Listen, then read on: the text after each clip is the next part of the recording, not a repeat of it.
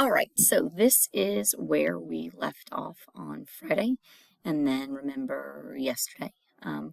Monday, we had our guest speaker. I'm really sorry that you guys are having to listen to this via video because you have the geometry MCAT, but it is what it is, and we are going to make do with what we've got, and I'm sure you guys will move along just fine.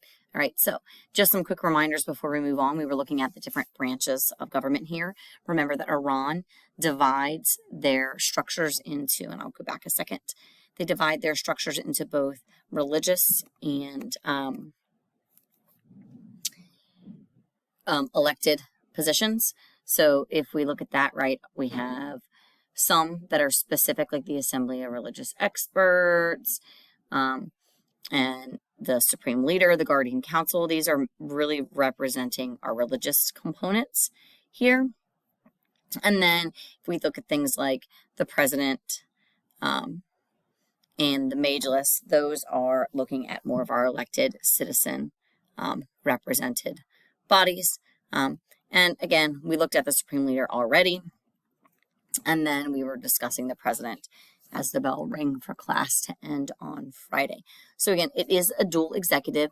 Do know, however, that much like Mr. Jarasavi said yesterday in our talk, the Supreme Leader has final say over everything else, right? So officially, the President is the second highest position in Iran, and they do actually have some changes, right? We do see some modernization and growth of civil society under moderate presidents, and we see the shrinking of that under conservative ones. So I don't want you to think that the president has no power. I just want you to remember that the Supreme Leader holds, without a doubt, the final say, okay? So with that, the president is elected by a majority vote. Keep in mind, majority, 50% plus one, not the most. The Guardian Council vets or filters all candidates for the Majlis. The Supreme Leader also gets to vet candidates for president. So if the Supreme Leader does not think that someone should serve, they are not loyal or supportive enough of the regime, then they are not permitted to run in the presidential election. Okay, so that's an important thing to note. It's also important to note that although you are not required to be Shiite Muslim to be in the Majlis, you are required to be Shiite Muslim to serve as the president. In Iran, presidents are limited to 2 terms, and that is upheld. When Ahmadinejad attempted to run for a 3rd term, he was denied the right to do so because it violated their constitution. Okay. Again, just a reminder, I should have said this at the beginning. If I talk too fast, because I know I do, and you are not finished writing the slide, then please just pause the video and get the things that you need to get. But most of what is in this slide, I did give you in a physical handout on Friday, so you should have accessibility to that, okay? So right here, typical things you would think a president would do. They execute or enforce the laws. They can appoint the Council of Ministers, that's the cabinet. They propose the budget, supervise the economy. They can directly propose legislation, not just suggest it. So that's something that is important. One thing I do want you to be very aware of, though, is that the president does not veto legislation. The president does not have the right to do that. The president does not have the right to dissolve the legislature. The president does not have the right to call for an election. Okay, so again, limited and in the power that we've seen in some of our other authoritarian regimes, such as Russia. Okay, so no veto power of the president. However, the Supreme Leader does have the authority to veto. Okay, upholding the Constitution, signing treaties, laws, and agreements. One area where we do see some presidential power here is without a doubt in the area of foreign policy, but again, that is still dictated by the control and the voice of the Supreme Leader, who controls, without a doubt, single-handedly, the Supreme Leader controls the military. That power is not in the hands of your president. Okay, so looking at that Guardian Council, I have referenced it several different times. Mr. Jarasavi also referenced it when he spoke to you. This position is kind of like, our body is kind of executive and it's kind of legislative, which is why I'm putting it smack dab in the middle of our discussion of executive and legislative powers. Okay, there are 12 members in this Guardian Council position. Do remember, right, without a doubt, the Guardian Council is the one who, right, vets everything. That's everything for modulus, and kind of the president, but that's the supreme leader. So half of the members of our guardian council are lawyers. They are appointed by the Chief Justice, right, to the head of the judicial branch. Keep in mind the judicial branch is appointed by the supreme leader. Okay. They do have to get that modulus approval, and they do get the approval. Okay. The other half is directly appointed by the supreme leader. So the supreme leader gets a direct voice over half of them. The other half are chosen by people who have been chosen by the supreme leader. Members of the guardian council serve 6-year terms. So I think that that's important to note. The guardian council, so in that regard, right, it's appointed in a fashion that kind of looks like a cabinet, okay? But in a legislative fashion, it's kind of like the other branch of the legislative branch. I mean, the legislature, not exactly. It is who approves all pieces of legislation. So what happens is the majlis passes the laws, and then they send them to the guardian council to review. If the guardian council does not agree with the majlis, like if they can't come to a compromise, then the piece of policy is going to be sent to the expediency council to speed up the process. Kind of similar to, I guess, what we would have like a conference committee, sort of, in the United States. The expediency council itself has 32 members, all of which have been appointed by the supreme leader. So with that, you need to keep in mind when the expediency council gets something, the version of legislation that they come up with is going to match that, most likely, of the guardian council. The guardian council itself and not the majlis. All right. So expediency council settles disputes between the majlis and the guardian council, typically siding on the guardian council's side or the religious side. Okay. So again, kind of executive, kind of legislative, but serving both parts. It is, in fact, the go-between. All right, so I've said the majlis tons and tons of times. I'm not actually giving you a slide on it, so let us do that real quickly. This is their official legislative body. As we talked about before, there are 290 seats. 5 of them are always reserved for religious minorities. You see those marked right here in blue, right? So the monotheistic religions of the book are respected, and they do have places within their government. So representatives in the majlis or the legislature have, again, 4-year terms. They can serve 2 terms max, so for a total of 8 years in the body. You must be Muslim. It is not required, though, to be Shia Muslim. You can be Sunni Muslim and elected to the majlis. In this instance, so that does, again, show Iran's respect for some level of religious diversity despite being run on a theocratic government. Except, again, those 5 positions that are reserved for minorities obviously don't have to be Muslim. Okay. Main job of our majlis, like most other legislative bodies that we talked about, is to initiate and pass legislation or pass policy for the Iranian people.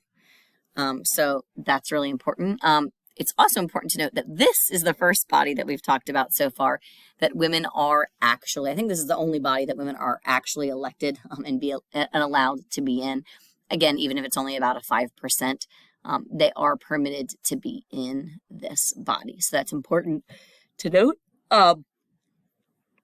Right, they do have a weird mixed system, single member district and some multi-member district elections. But again, it is also a majority vote with a runoff to get into this body. Okay, so they are initiating legislation, which is similar to what our legislative branch does. They also are in charge of oversight of the bureaucracy. So, right, the job of a bureaucracy is to implement the policies that are passed by the legislative body. So the majlis does have the right to review what their executive agencies are doing to make sure that they are appropriately implementing the policies that have been passed by the majlis. They are even allowed to remove members of the council, which again is like the president's cabinet. Okay. When the president has things that they are in fact able to appoint. Smaller level, like their cabinet positions, the Majlis does have approval authority over that. They also have approval of the budget. So much like in the United States, the president can propose the budget, but Congress officially creates and passes the budget. Same thing here. The Iranian president proposes the budget, and then Majlis officially approves and passes the budget. The Majlis would also approve treaties. So again, the president is going to negotiate those treaties, but final say does require a vote of the president's approval to do so. Okay. All right, our last official branch of government, and then we will look at the judiciary here. Okay. So much like everything else in Iran, we must remember that foundation, that Iran has religion. So, and that the Iranian government is serving in that juris guardianship role. They are only serving the people in the absence of God, but for the purpose of God. So, number one authority in any judicial matter does rely on God, as determined, right, by the Quran, as interpreted by your religious leaders. So your supreme leader has final say, right, and what that means. That's why they are appointing all of the members of the judiciary. All members of the judiciary are high-level, well-respected clerics or members of the church, because they are expected to know and understand the Quran and God's law to appropriately implement that law.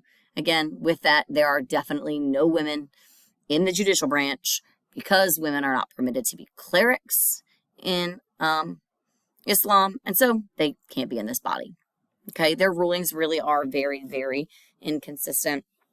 It does really depend on the will of that Ayatollah, right? At this point, what is the supreme leader currently supporting in this regard? The judiciary itself is headed by one chief justice, so that is something that is familiar about the system. The chief justice serves for a 5-year period, and they are appointed to be the leader, just like anybody who is appointed to the court at all by the supreme leader themselves. It doesn't seem right to be very functional, again, with inconsistencies.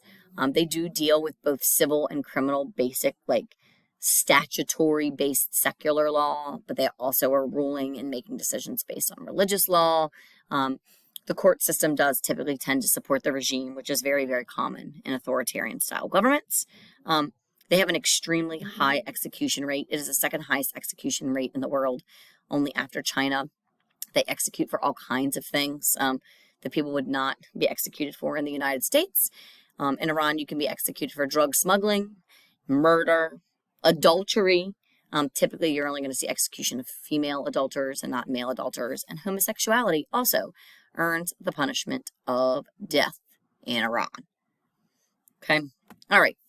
The last little part of government that we're going to talk about here, and you guys can take a break before you get into my quick little video about Iranian policy.